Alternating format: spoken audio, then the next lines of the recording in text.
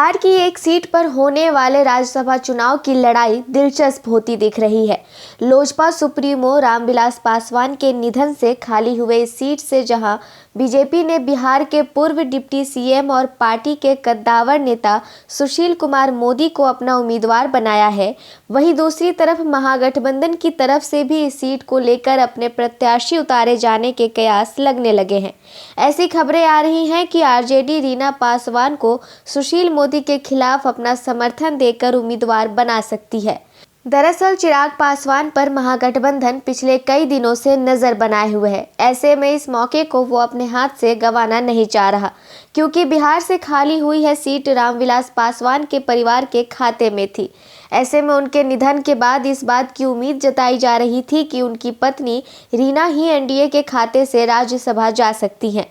लोजपा संस्थापक और पिता के निधन से खाली हुई सीट पर लोजपा अध्यक्ष चिराग पासवान ने भाजपा से अपनी मां रीना पासवान को उम्मीदवार बनाने की मांग की थी, लेकिन बिहार चुनाव में लोजपा की स्थिति को देखते हुए बदले हालात में एनडीए ने इस सीट से बिहार के पूर्व उप मुख्यमंत्री रहे सुशील मोदी को प्रत्याशी बनाने की घोषणा कर दी। बदले हालात में राजद भी अब एनडीए प्रत्याशी को वॉक ओवर देने के मूड में नहीं है। आरजेडी इस सीट पर बड़ा दांव खेलते हुए लोजपा प्रमुख और चिराग पासवान की मां रीना पासवान के बहाने दलितों पर निशाना साध रही है।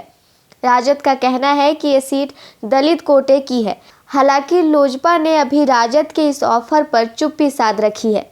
ऐसे में राजद ने दलित कार्ड खेला है। उसने एक तीर से कई निशाने साधने की कोशिश की है।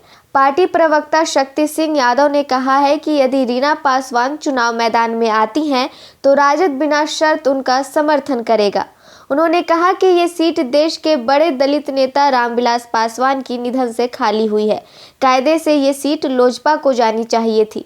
यही रामविलास पासवान को सच्ची श्रद्धांजलि होती।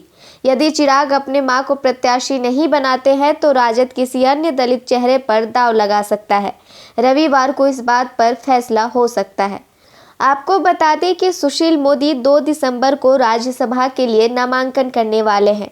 जानकारी के मुताबिक इस दौरान मुख्यमंत्री नीतीश कुमार सहित बीजेपी के कई बड़े चेहरे शामिल होंगे। राज्यसभा की इस एक सीट पर चुनाव आयोग तैयारी कर चुका है और इस बार 14 दिसंबर को उपचुनाव होगा। गौरतलब है कि रामविलास पासवान भाजपा और जदयू के सहयोग से 2019 में निर्विरोध चुने गए थे। इस सीट का कार्यकाल 2 अप्रैल 2024 तक है। बिहार से ऊपरी सदन के सदस्य रामविलास पासवान का इसी 8 अक्टूबर को निधन हो गया था।